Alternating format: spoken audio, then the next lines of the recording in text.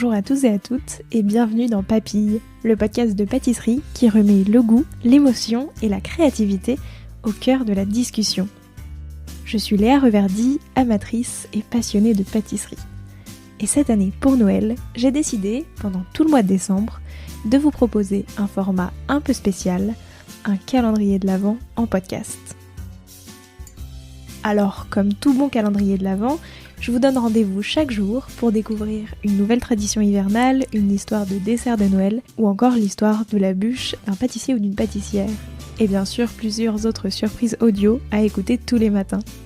Un seul objectif, vous faire voyager jusqu'à Noël et vous inspirer vos meilleures recettes sucrées pour les fêtes.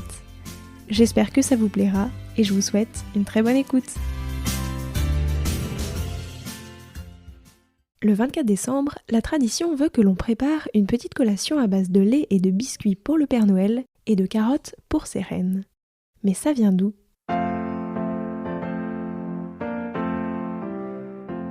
Selon une théorie, cela remonterait aux années 1930 pendant la Grande Dépression aux États-Unis. En effet, à cette période de difficultés économiques, de nombreux parents auraient essayé d'enseigner à leurs enfants qu'il était important de donner aux autres et de montrer sa gratitude pour les cadeaux qu'ils recevaient pendant les vacances. La tradition aurait ensuite été gardée jusqu'à aujourd'hui.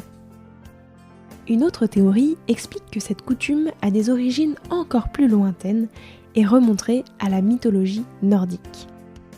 Odin, la divinité nordique la plus puissante, montait un cheval à 8 pattes nommé Sleipnir.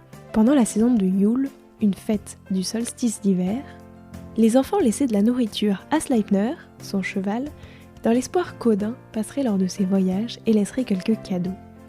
D'où les carottes ou le foin qu'on laisse encore traditionnellement.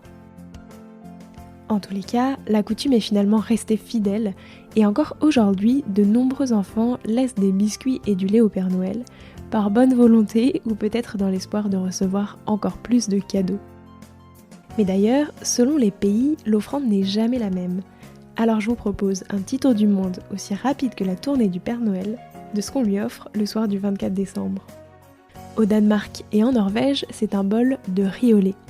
Ce dessert est surtout destiné aux Nis, des petits elfes maléfiques qui vivent dans les greniers des fermes et se rendent utiles tout au long de l'année. Selon le folklore danois, ils ne demandent qu'une seule chose aux humains, leur bol de riz au lait le soir du réveillon. Et si la promesse n'est pas respectée, ils mettent le bazar. Pour en savoir un peu plus sur cette tradition, j'ai d'ailleurs dédié un épisode au sujet, je vous le mettrai dans le descriptif de celui-ci. En Suède, on lui laisse une tasse de café pour le réchauffer et lui redonner un coup de boost pour continuer sa tournée. Au Royaume-Uni, ce sont des mince pies, des tartelettes fourrées aux fruits secs et aux épices. Et pour digérer cette collation, il avale aussi un verre de sherry, c'est le nom anglais du xérès qui est un vin espagnol. En Irlande, on lui laisse une belle pinte de Guinness, of course. Au Chili, une tranche de pan de Pascua. Ce gâteau de Noël s'est largement répandu à travers le monde et sa recette a beaucoup évolué et la version chilienne est beaucoup plus lourde que l'original puisqu'elle comprend de la cassonade, plein de fruits confits, des raisins de Corinthe, des noix et parfois du gingembre et du miel. Et enfin en Australie, on lui laisse une bonne bière fraîche. Alors, c'est laquelle des collations qui vous fait le plus envie ? D'ailleurs, est-ce que vous laissiez quelque chose au Père Noël ? Et si c'est le cas, qu'est-ce que vous lui laissiez exactement ? J'espère que cet épisode vous a plu. Moi, je vous dis joyeux Noël et à demain pour une nouvelle histoire.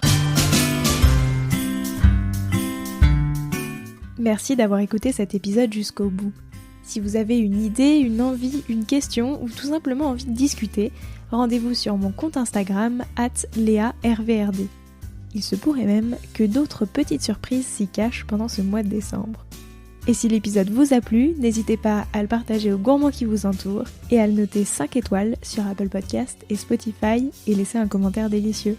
Et moi je vous dis à demain pour découvrir une nouvelle capsule audio. Joyeux Noël!